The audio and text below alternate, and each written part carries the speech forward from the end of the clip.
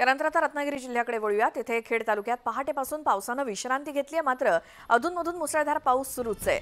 जगबुडी नदी इशारा आणि धोक्याच्या पातळीच्या दरम्यान वाहतीये। पावसाचा जोर वाढल्यास नदीकाठचे रस्ते आणि ग्रामीण भागातील काही ठिकाणी रस्त्यावर पाणी येण्याची शक्यता असल्यामुळे नागरिकांनी सतर्क राहण्याचं आवाहन करण्यात आलंय। गेल्या काही दिवसांपूर्वी याच जगबुडी नदीचं पाणी हे शहरामध्ये घुसलं होतं आणि आता पुन्हा एकदा रत्नागिरीच्या खेड तालुक्यामध्ये पावसाचा जोर वाढलेला आहे आणि सध्या तरी पावसाने उसंत घेतली असली तरी अधूनमधून मुसळधार पाऊस बरसतोय आणि त्यामुळे एक प्रकारे नागरिकांना सतर्क करण्यात आलंय। अधिक माहितीसाठी जाऊयात आमचे प्रतिनिधी चंद्रकांत बनकर आपल्या सोबत जोडले गेलेत खेडमधून। चंद्रकांत, सध्याची काय स्थिती तिथली पावसाची?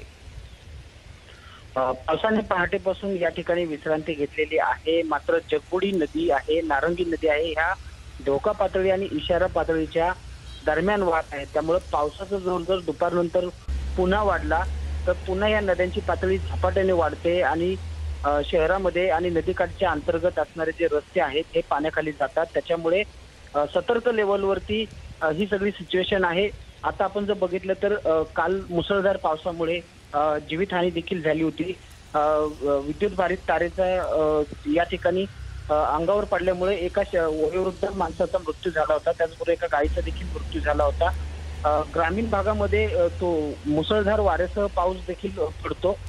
जगबुडी नदीने आता धोक्याची पातळी ओलांडलेली नाही। मध्यरात्री जगबुडी नदी धोक्याच्या पातळीवरती होती, मात्र पहाटेपासून पावसाने विश्रांती घेतलेली आहे, त्याच्यामुळे झपाट्यानं पाणी कमी देखील झालेलं आहे। नारंगी नदीची परिस्थिती देखील तशीच आहे, मात्र पाऊस जो आहे त्याच्यावरती खूप काही गोष्टी विसंबून असतात। कारण जर 2-3 तास सलग पाऊस मुसळधार पडला तर पुन्हा पाणी भरण्याची शक्यता असते। त्याच्यामुळे प्रशासनाने नदीकाठची जी गावं आहेत, पूरप्रवण क्षेत्रात समाविष्ट जी गावं आहेत त्यांना सतर्कतेचा इशारा दिलेला आहे। प्रशासनानं नदी किनारी विनाकारण जाऊ नका असं देखील सांगितलेलं आहे।